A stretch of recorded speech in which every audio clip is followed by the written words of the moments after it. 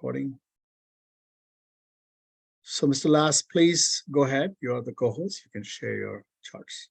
Thank you, Anil, and greetings, everyone. It's a real honor to be presenting to you today. I'm humbled in a way. I am not a philosopher or a data scientist. I'm a business strategy consultant, but I've been for many years observing the evolution of AI and obviously most recently generative AI as it's impacting all areas of business and life for that matter.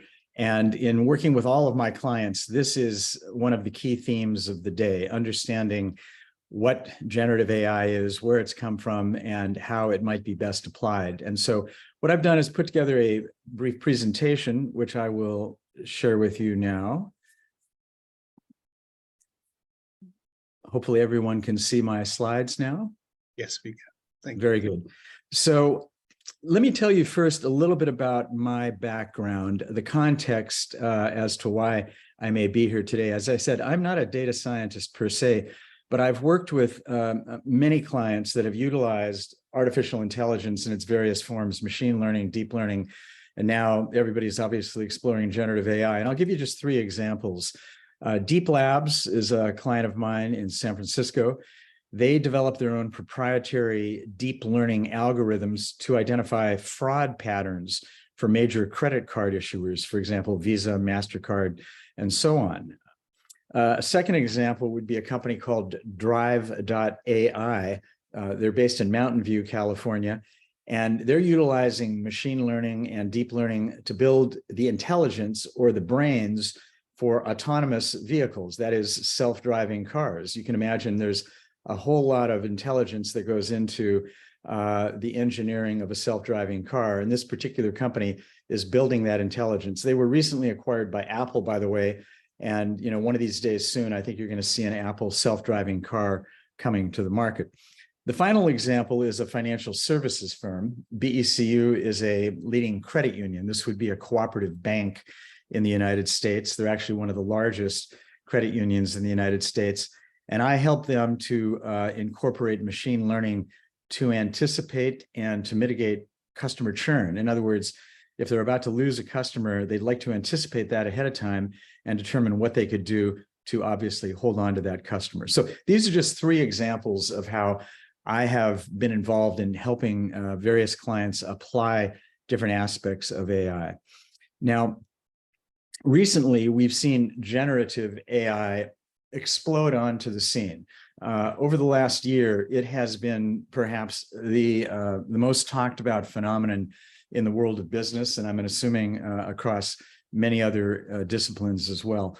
The Financial Times of London recently ran a major report on generative AI, and they compared it to the California gold rush back around 1848, 1849. And this is what they said.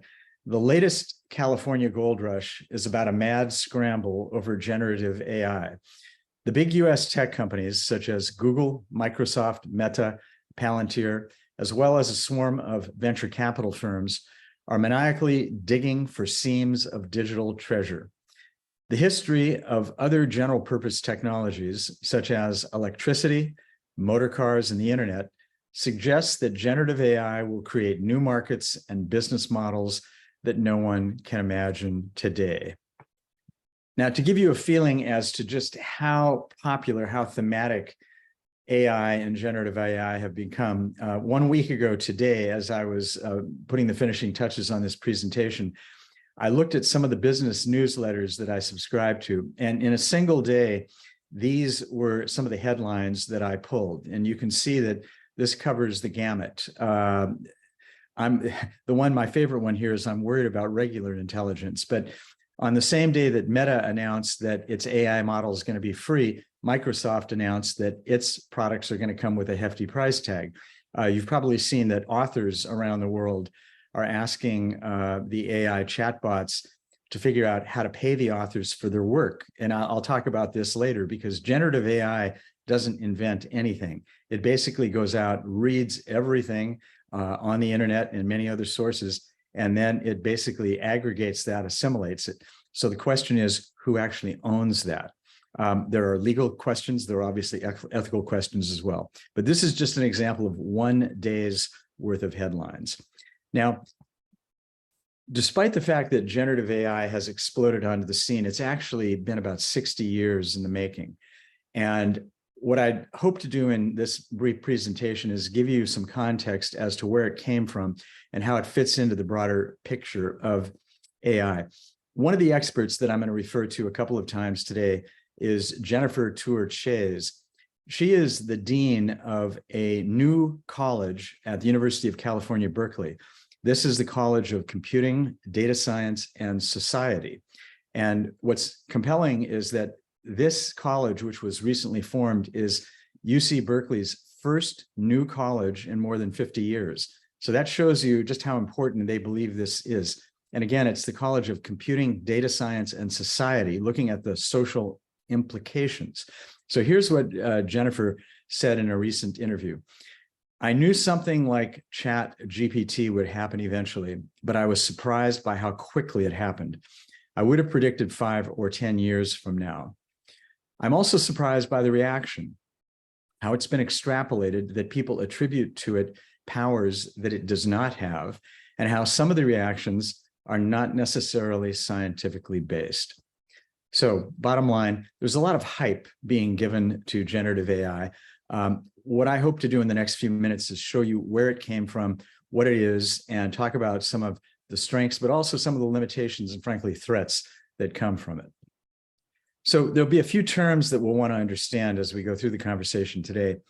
Artificial intelligence being one, rules-based logic, which is probably one of the simplest forms of artificial intelligence, machine learning, which is a deeper level, deep learning, which is an even deeper level still, generative AI, which could be thought of as a subset of deep learning, large language models, which is what generative AI is built around, and autonomy, which is where this is headed in terms of powering autonomous vehicles, cars, drones, you name it.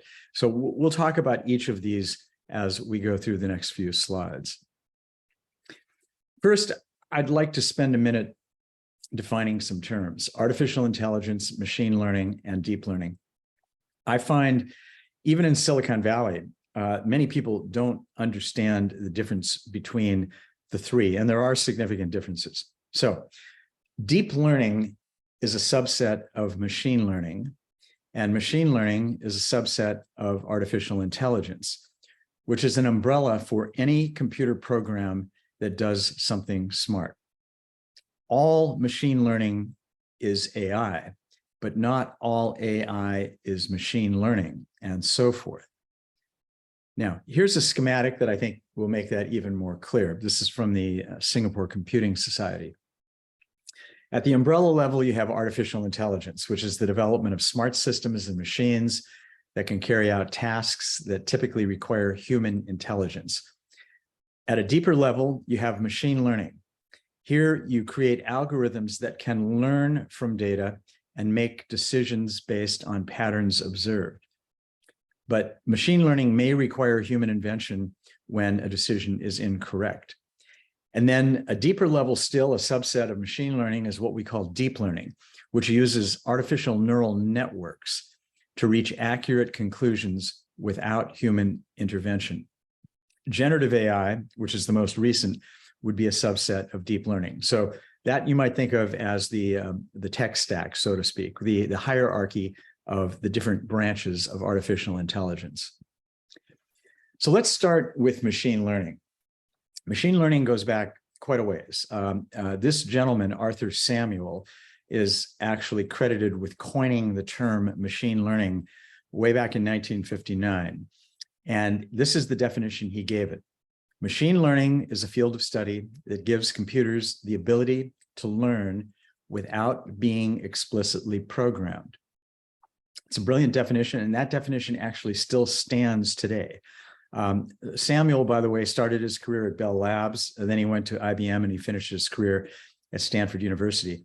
About 1960, he developed a computer program that could play checkers and could learn and become better the more that it played.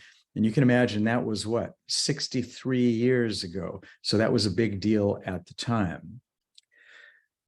Now, what can machine learning do? MIT, Massachusetts Institute of Technology, as you might imagine, is one of the world's top institutions that focuses on artificial intelligence. And they have defined the functions of machine learning as being threefold.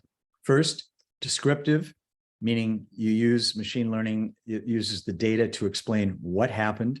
Second, predictive, the system uses the data to predict what will happen. And then finally, prescriptive, the system will use the data to make suggestions about what action to take. I'll give you a simple example of this. I mentioned one of my clients, BECU, which is a bank.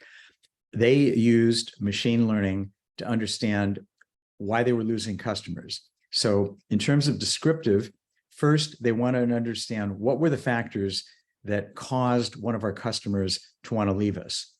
Secondly, they used it to predict which of their current customers were most likely to leave.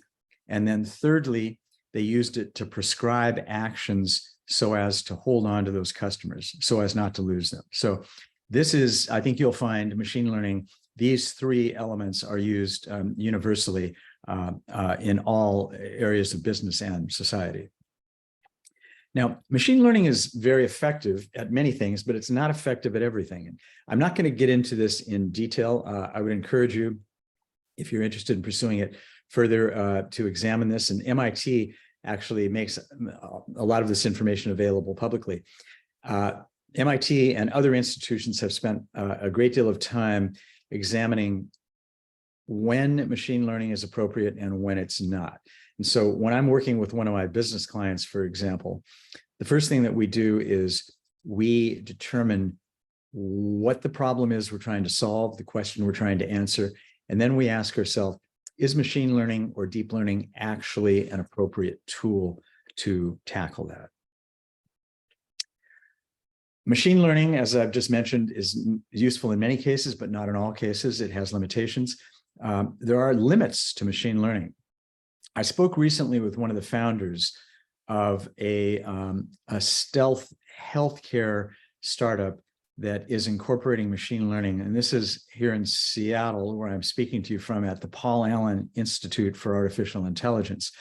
And this founder, who has a PhD in artificial intelligence from the University of Tübingen in Germany, said the following: machine learning is statistical learning. On average, it performs really well, but it is very hard to get it always right. It is not robust enough for specific or edge cases, but for problems involving average outcomes, it can be highly valuable. So I'll give you an example. If you were applying machine learning in healthcare, let's say you're trying to develop a cancer cure, machine learning might be very helpful in terms of determining, on average, what medicines or what behaviors can help reduce cancer. But if you apply it to an individual and try to use it to prescribe, it may not be completely correct. This is one of the reasons why autonomous vehicles, self-driving cars, are taking much longer to emerge on our roadways than 10 years ago. People thought that by today, the roads would be filled with self-driving cars. That hasn't happened. The reason is that when you're out there on the roads, there are many specific or edge cases that the machine learning system has to deal with. For example, let's say a self-driving car is driving the streets of downtown San Francisco, and it has to make a left turn, but it's snowing, and a young child runs across the road from left to right. That's a very complex edge case, and machine learning has not yet gotten to the point where it can deal with all of those edge cases. So we talked about AI, we talked about machine learning. Now I'd like to take it to the next level, which is deep learning. This gentleman, who you may be familiar with, Dr. Geoffrey Hinton, a brilliant individual, he is considered, his nickname is the godfather of artificial intelligence, and specifically deep learning. He and two other colleagues, way back in the 1980s, did the groundbreaking work that created the theoretical framework that serves as the basis for deep learning and for generative AI today. In fact, it was in 1986 that Dr. Hinton and his team developed a concept called back propagation, which is a fundamental tool that's used in deep learning and in generative AI. And so here's what Dr. Hinton himself said. In deep learning, the algorithms we use now are versions of the algorithms we were developing in the 1980s and the 1990s. People were very optimistic, but they, i.e. the algorithms, didn't work too well. Okay, so the theoretical breakthrough happened way back in 1986, but the algorithms didn't work too well. Why was that? Well, the reason is that computing power had not advanced to the point where it could support the sophisticated algorithms that are required to perform deep learning. What you're looking at here is a chart that identifies the capacity of the fastest computers in terms of gigaflops. A flop is a floating point operation carried out per second. And without getting into this in detail, this is all based, by the way, on Moore's law, which talks about the fact that the capacity of a semiconductor is going to double every 2 years. And so the capacity of a semiconductor is growing exponentially. As a result, computing power is growing exponentially. And so if you'll notice, the fastest computers in the world, look here at 2012, and then look where it is today. It's this dramatic increase in computing power that's taken place just over the last 10 years. That's the reason why the algorithms that were actually invented way back in 1986 have only become practical in the last few years. Another way that you can look at the same phenomenon is you can look at the cost effectiveness of computing. Computation has also become more affordable. What we're looking at here is this is the cost effectiveness of graphic processing units, these are the very sophisticated chips and chip arrays that support machine learning and deep learning. And again, what we're looking at here is the median flops. That's the floating point operations per second divided by the cost per dollar. And you'll notice, look at this. This is the cost effectiveness. In 2012, you could conduct 5 billion flops per US dollar. Today, 10 years later, you can conduct 35 billion flops per US dollar. So it's, again, this dramatic increase in computing power and the reduction in cost is what has driven this explosion in development across AI. So the theoretical breakthrough happened in 1986. The equipment, the tools didn't catch up until 2012, 26 years later. So this is from MIT Technology Review. Hinton's breakthrough in 1986 was to show that back propagation could train a deep neural net. That was the theoretical breakthrough. But it took another 26 years before increasing computational power made good on the discovery. Deep learning took off. To the outside world, AI seemed to wake up overnight. For Hinton, it was a payoff long overdue. And by the way, in 2012, the major breakthrough that happened was again led by Dr. Geoffrey Hinton. He was now the head of Google Brain and was at the University of Toronto as well. And in 2012, they had the first breakthrough with large language models.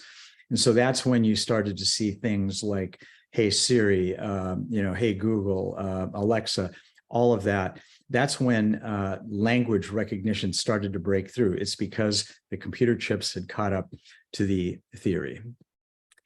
So it's no surprise that with the breakthrough that happened in 2012, the world woke up to the fact that, hey, this phenomenal theory that's been around for 26 years, we can now actually do something with it.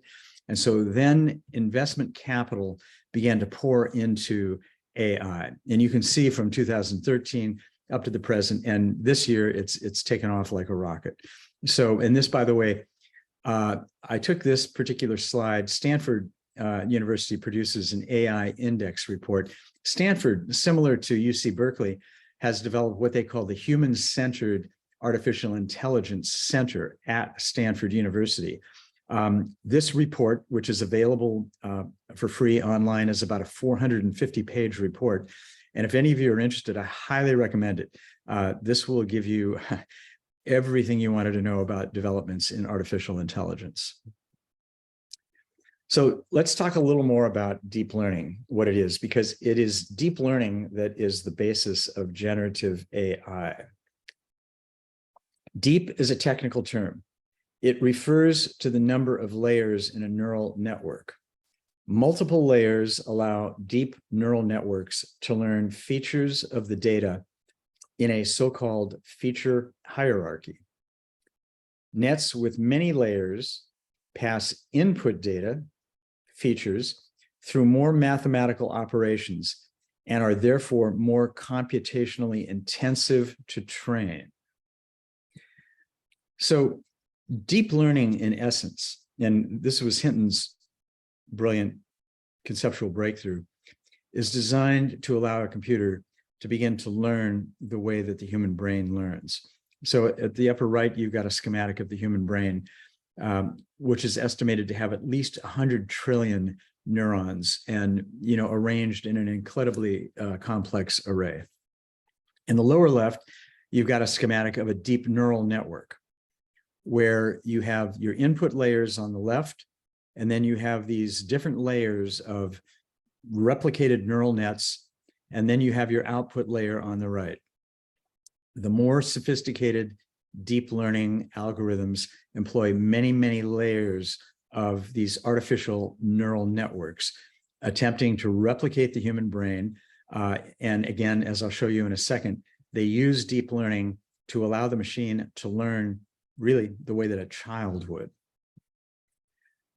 I mentioned already that the conceptual breakthrough that happened in 1986 was when Geoffrey Hinton and his team developed the concept of back propagation. We could spend all day talking about back propagation, but I'm not going to. I'm sure many of you are already expert on it. But here's I look at many definitions of it. This is the simplest one-sentence definition I could find for back propagation. Back propagation, or backward propagation of errors, is an algorithm that is designed to test for errors working backward from output nodes to input nodes. And there's a schematic here at the bottom. So again, the input nodes are on the left. Data is being fed in, flowing through different layers, getting to the point where you have an output. So let's say you're trying to teach a computer that has cameras, machine vision, the difference between a fork and a spoon. You would expose it to the fork, it would flow through all of the input layers to the output layers, and then you would observe the conclusion that it's making. It's starting to identify certain features of the fork. For example, it's got a pointy edge, whereas the spoon does not. But it's also making certain errors. So what you do then is you force the conclusion back through the layers of neural nets, correcting as you go. You do this many, many, many times. And before long, the machine, the computer can say, this is a fork, that's a spoon, and hey, that's a knife. It figured out the knife on its own. It learned, okay? But it took a lot of training to get to that point. Now, everybody's heard about generative chat GPT. The GPT stands for generative pre-trained. The training is this process right here. It's this process of back propagation, flowing through these layers, these algorithms many, many, many times to hopefully get the computer to the point where it's providing accurate outputs. Okay. And again, many of you are probably expert on this already, and if not, I advise you, there are many good sources of information on back propagation. By the way, back propagation is a highly mathematical process. It's based on derivatives. But the interesting thing is Dr. Geoffrey Hinton is not known for being a mathematician. He intuited this process because he was trying to conceptualize how to get a computer to learn the way that a human child would learn. And that's kind of the brilliance of his discovery. So now we've talked about AI, machine learning, deep learning. Let's talk about generative AI, because this is obviously the theme of the day, if you will. Generative AI is a type of deep learning that is designed to generate human responses or content in response to a prompt. often using large language models to interpret or generate natural language text. They power generative AI apps such as Bard, ChatGPT, Bing Chat, and Midjourney. And I've shown you the logos for those on the right. Generative AI can perform many tasks, including creating and summarizing documents, answering questions, brainstorming, editing prose and code, simple planning, and using tools. As I said, generative AI has literally exploded onto the scene. The first real announcement that captured people's attention was just last November 30th, 2022. That's when OpenAI released ChatGPT 3.5. And you may recall that it gained a record 100 million users within 2 months. Okay, that had never happened before for any kind of technology or software program. Then as we get into 2023, that's what the past 7 months, it's every month has brought new major announcements. First, OpenAI released ChatGPT 4, which, as you'll see in a minute, is vastly more powerful than the previous versions. Anthropic introduced Claude, which is using a method they call constitutional AI, which is aiming to reduce the likelihood of harmful outputs. On March 21st, Google released Bard, and I'll give you an example of Bard in a minute. Bloomberg, Amazon, Salesforce, all the major tech players are bringing out their own generative AI programs. But keep in mind, all of this has happened in less than a year. Now, how is it that this thing has literally exploded onto the scene, and why is it that why is it now that this is the moment for generative AI?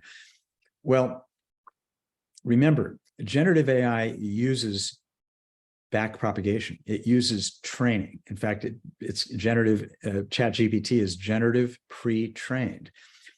When you're training, you are tweaking the values in the neural network. The values are called parameters. And the chart at the lower left shows the number of parameters that these generative AI models are being trained around. And look at this. This is just over the last 4 years, from 2018 to 2022.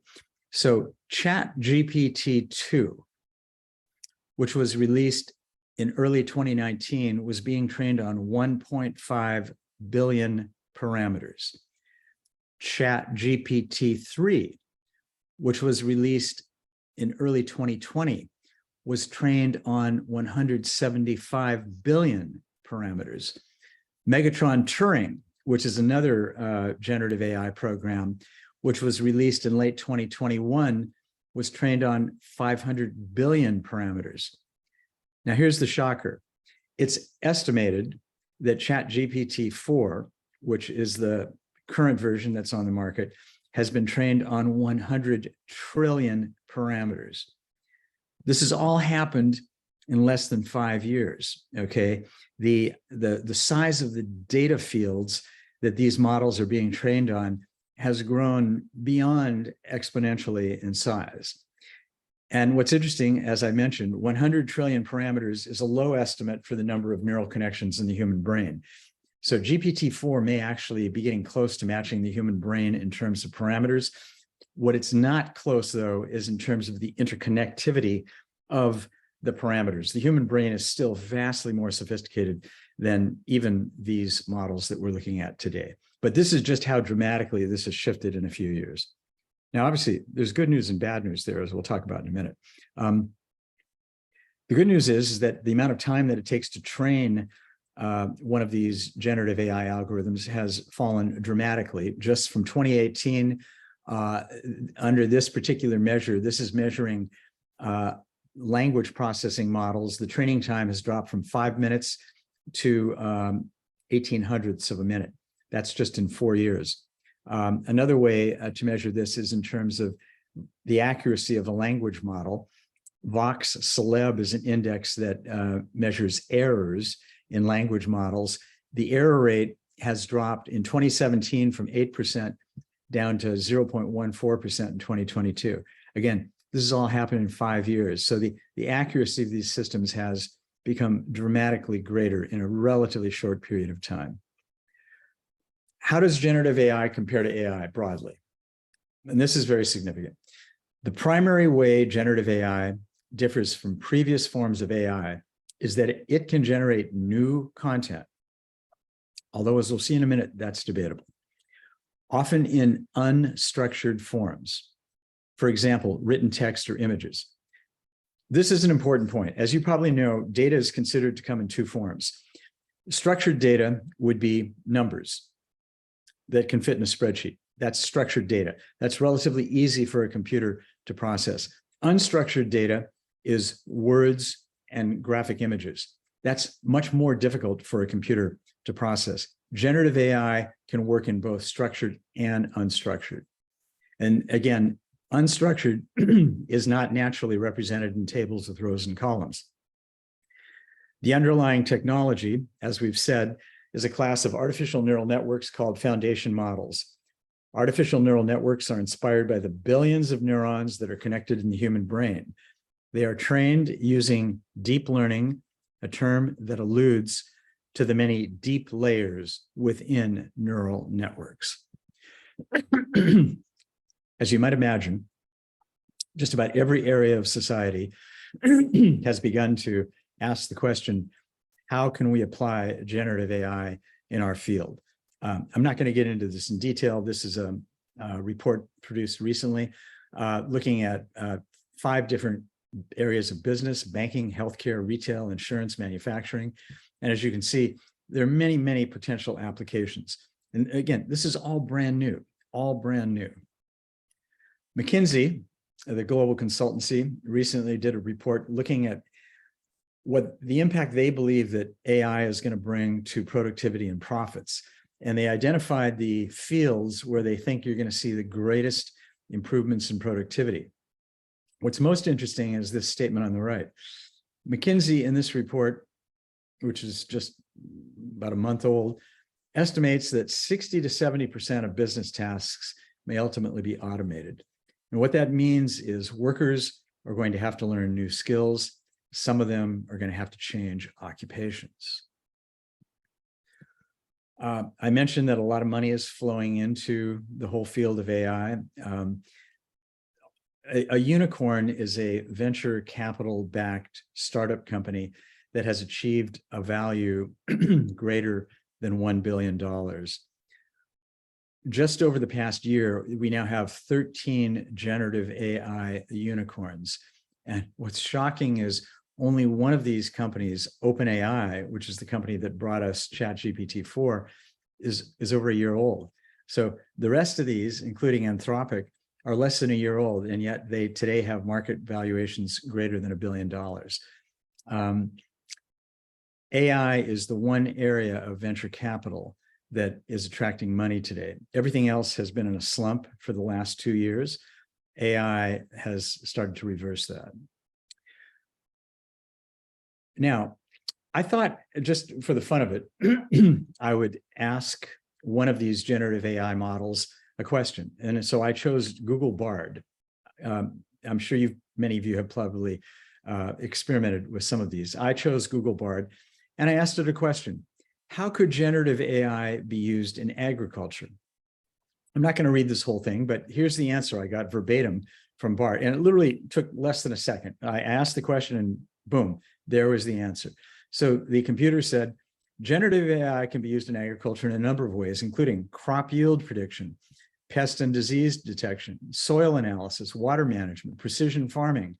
Generative AI has the potential to revolutionize agriculture by helping farmers improve crop yields, reduce costs, and conserve resources.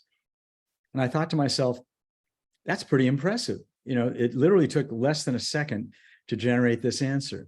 But then I did some more research, and I looked around the internet searching, and I found that Wipro, which is, you probably all familiar with, the great Indian technology firm that's been very involved in agriculture in India as well as around the world.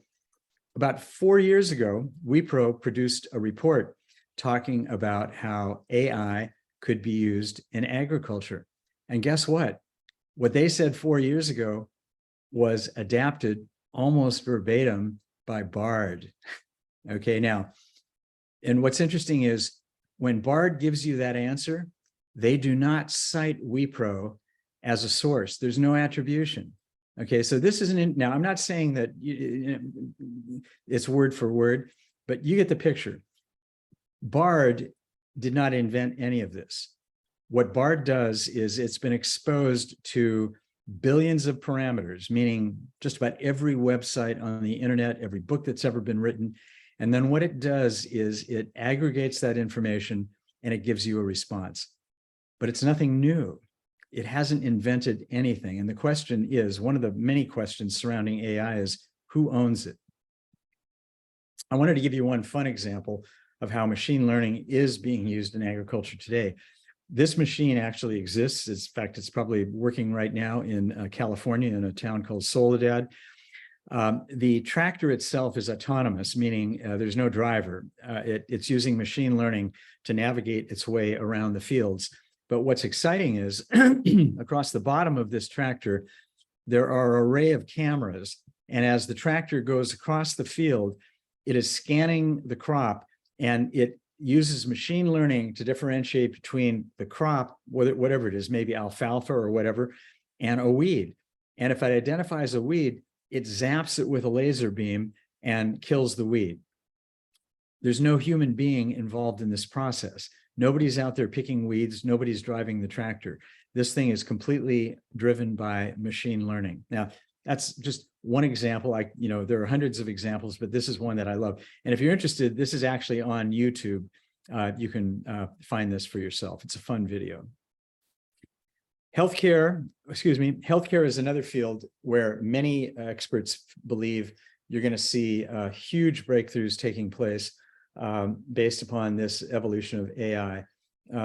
Pharmaceutical companies have been using computer simulations for years now in drug development. Well, guess what? AI dramatically accelerates that process. Things like, gene editing, AI, robot-assisted surgery, virtual nursing assistants, fraud detection, medical diagnosis. So I think it's safe to say that healthcare, as we know it, is going to undergo a tremendous evolution, and this is going to happen relatively fast. Now, for any of you who may be thinking, this looks very interesting, I'd like to figure out how to utilize this. And when I talk to my clients, if you're going to get involved in using machine learning or deep learning or generative AI, the way that you capture data is very important. Because remember, you start with the inputs and then you go over to the outputs. Well, you have to have lots of data to come into the input side of the algorithm. And here's an important fact. Up until recently, businesses typically captured data, whether it was customer data or market data, or competition data, you name it, in what was called the data warehouse. And as the name implies, when data goes into a data warehouse, it's organized. You cleanse the data, you normalize it, you categorize it. It's kind of like if you're storing something in a warehouse, you put it on a pallet, you wrap it up, you put it in a particular spot in the warehouse. And you're dealing with relatively small amounts of data. Typically in a data warehouse, even large corporations would have terabytes of data. Now that we've seen this shift towards artificial intelligence, the data warehouse is obsolete. What everybody's shifting to is what's called a data lake. Data lakes capture vast amounts of raw data. The data is not organized. It's in its raw form, both structured and unstructured. And instead of terabytes of data, as you had in a data warehouse, you're now capturing petabytes of data. And then your machine learning algorithm or your deep learning algorithm, it chews through that data in raw form and it learns from the data as it goes. So this is a very important evolution. And even in scientific research and academia, same thing. Instead of a categorized data warehouse, I think you're going to see a huge shift towards this raw data lake format.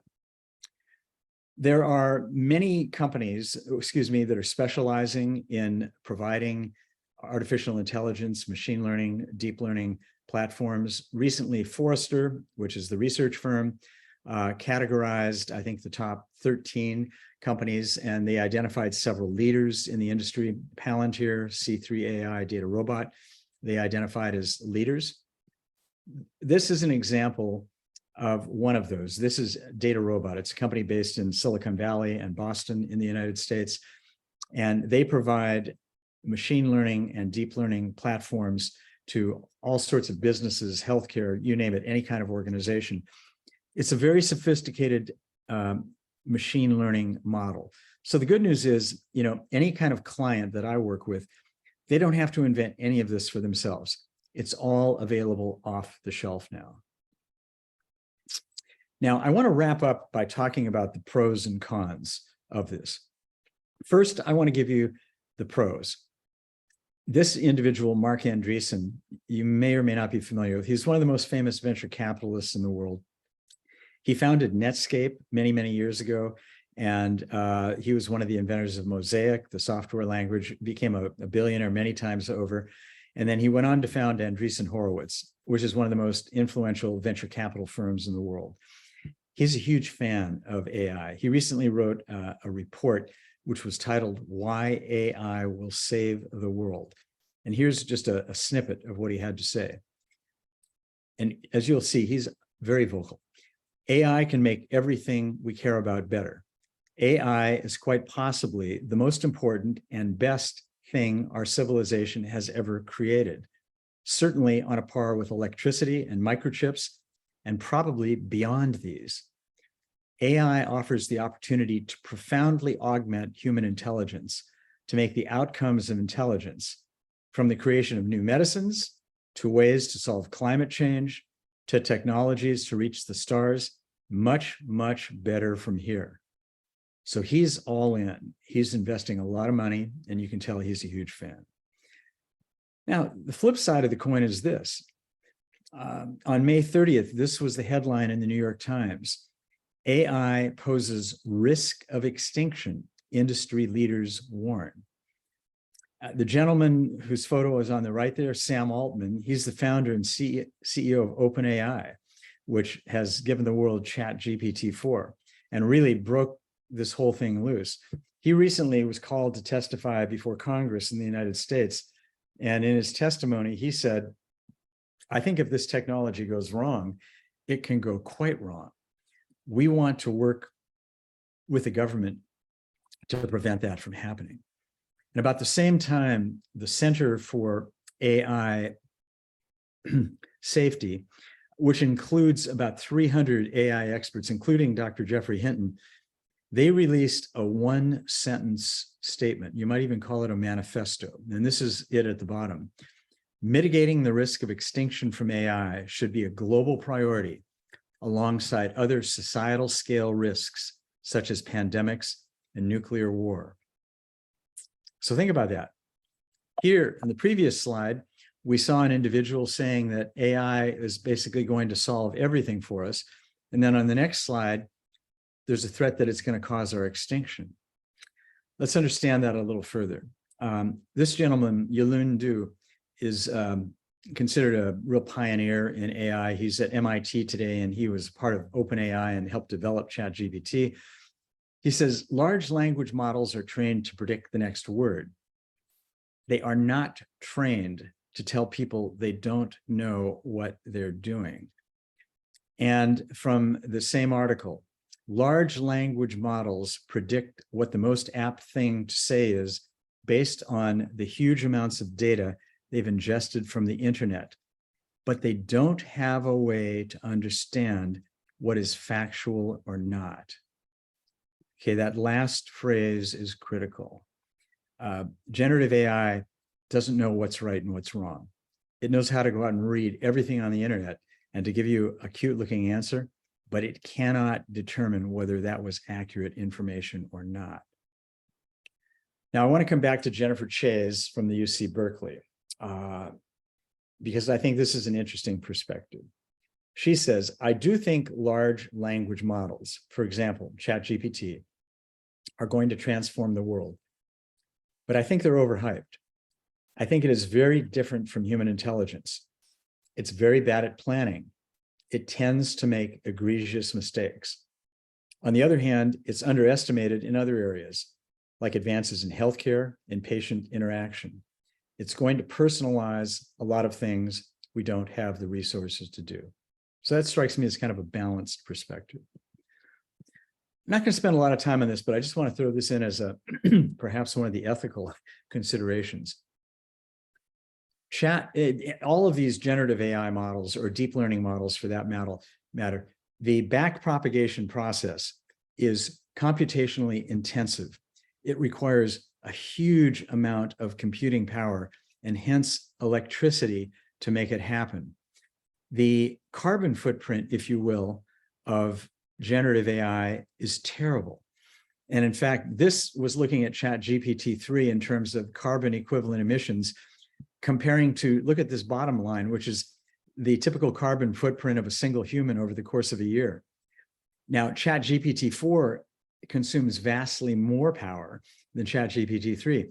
So the bottom line here is, if we don't figure out a way to conduct back propagation more efficiently, we'll simply destroy the world, because this is going to have a terrible impact on the environment. So just another thing to consider. I'm going to leave you with a few questions for you to discuss. What's the relationship between artificial intelligence, human intelligence, and consciousness? I think your first speaker already started to address these in a very powerful way.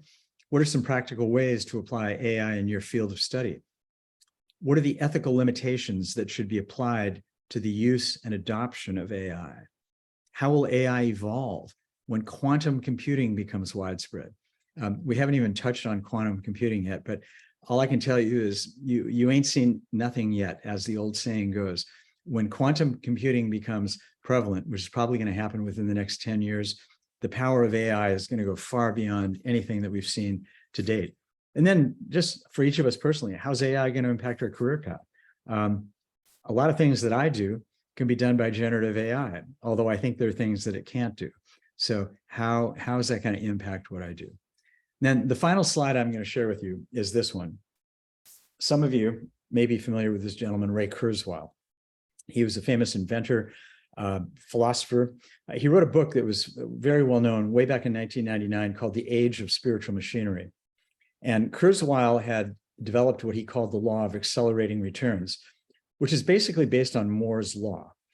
And under the law of accelerating returns, what Kurzweil said is, information technology progresses exponentially. If you take linear steps, if you go, say, 30 linear steps gets you to 30. In other words, 1, 2, 3, 4, 5, 6, 7, 8. 1 to 30 gets you to 30. With exponential growth, it's 1, 2, 4, 8, 16, 32.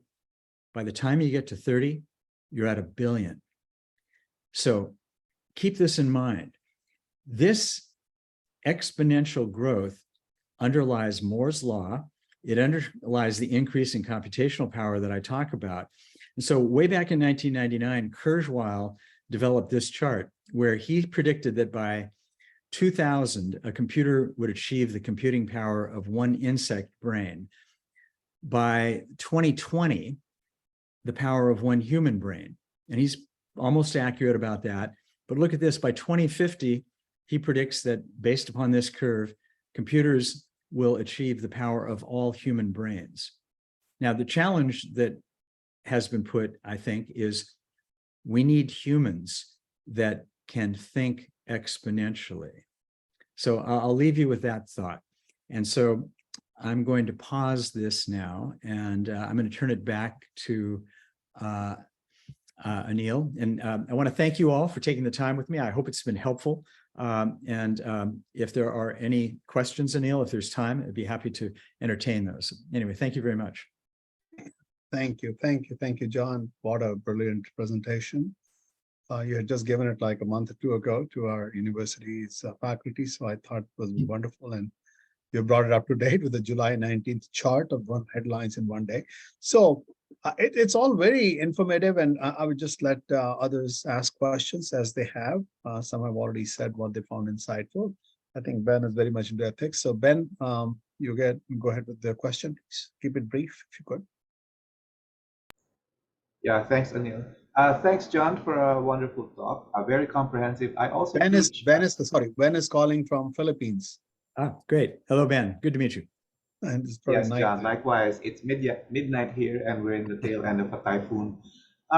My question, because I also teach business strategy, is you pointed out that LLMs learn to build sentences based on statistical patterns from past data, right? Which it does not cite. And therefore, and it has been pointed out, it has no sense of factual reality. So what I've been trying to reconcile, because I'm also a heavy user of GPT, but more for creative uses rather than factual.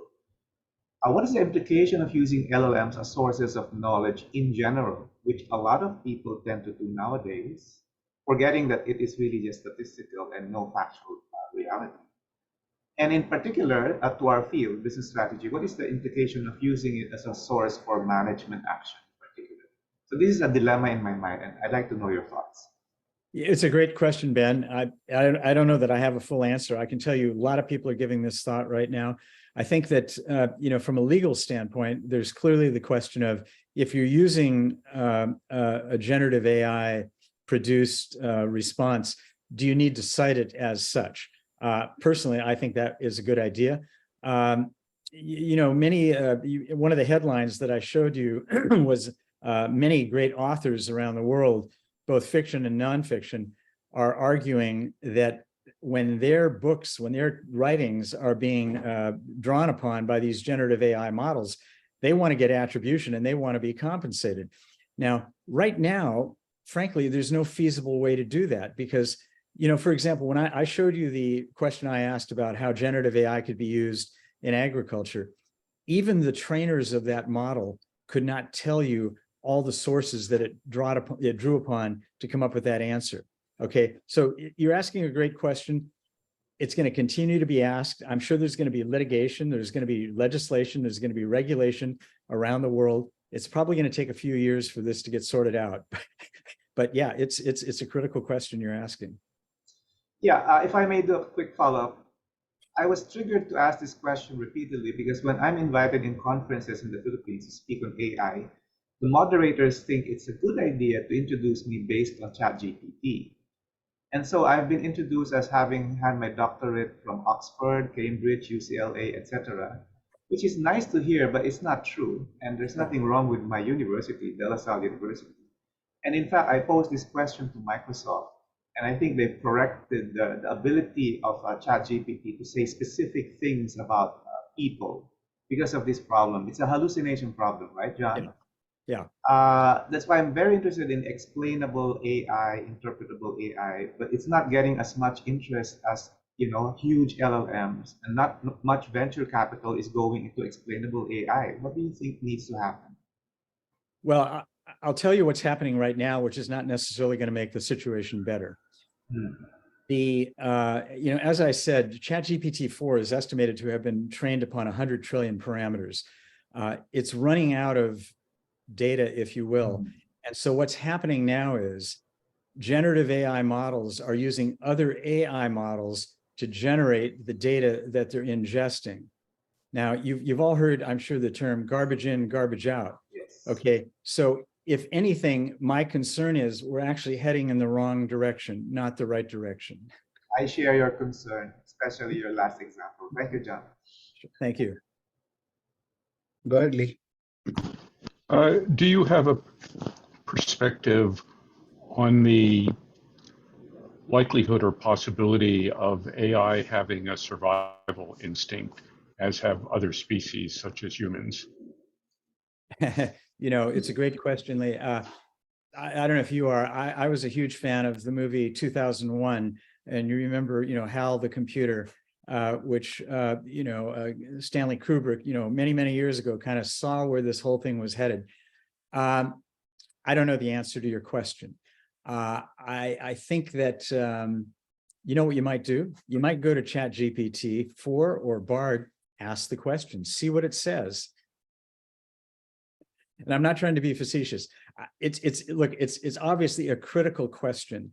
There's the old, I don't know if I'd call it a joke, but if you ask the greatest computer on the planet what the solution is for global warming, the answer is kill all the humans.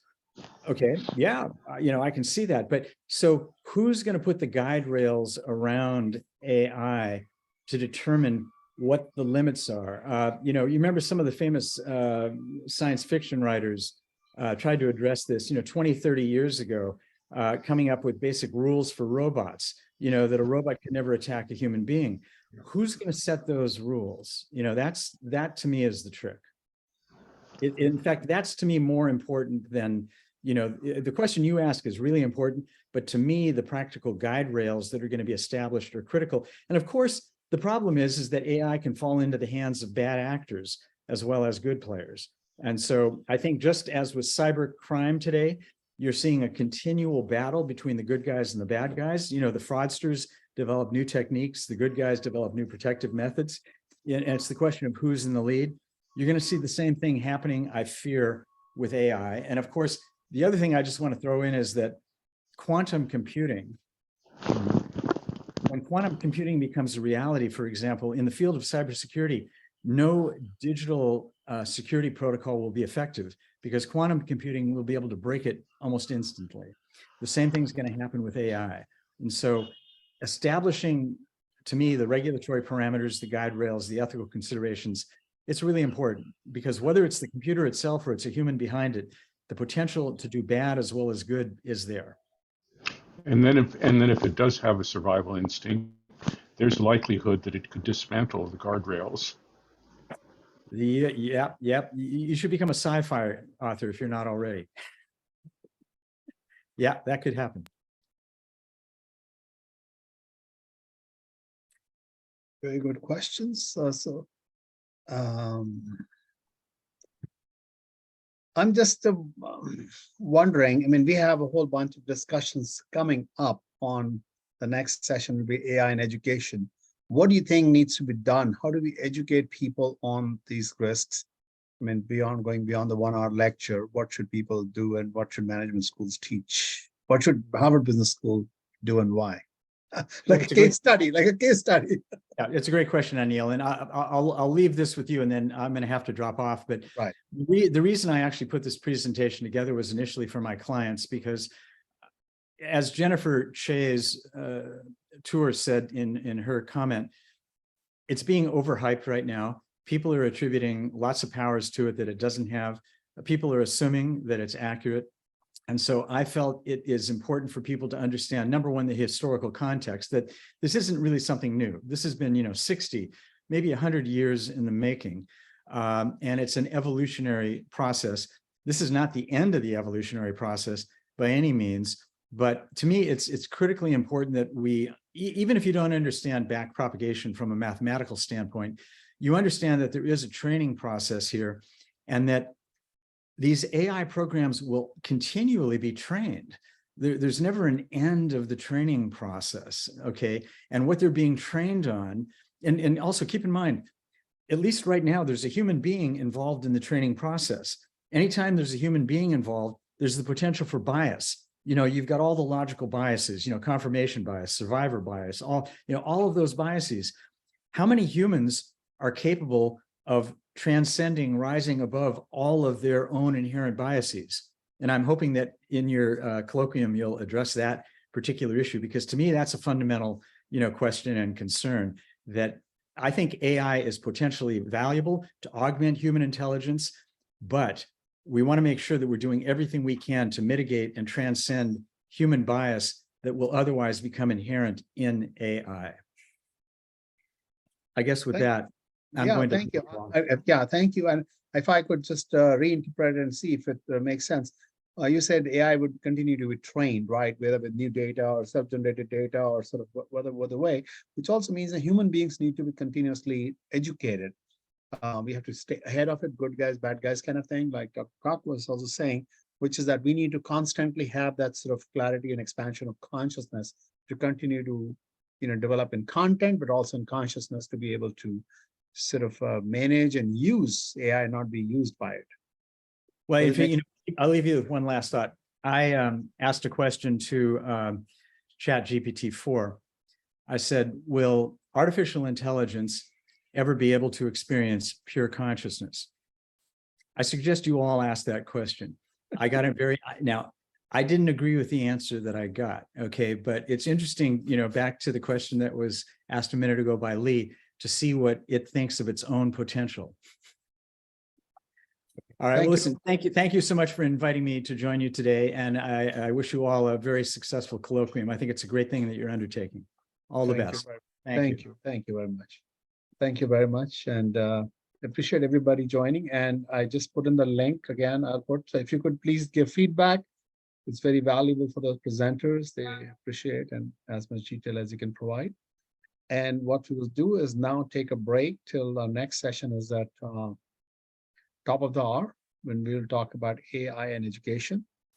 If you need to take a break and come back, that's fine. If you keep Zoom on, that's fine too. I'll just stop the recording. This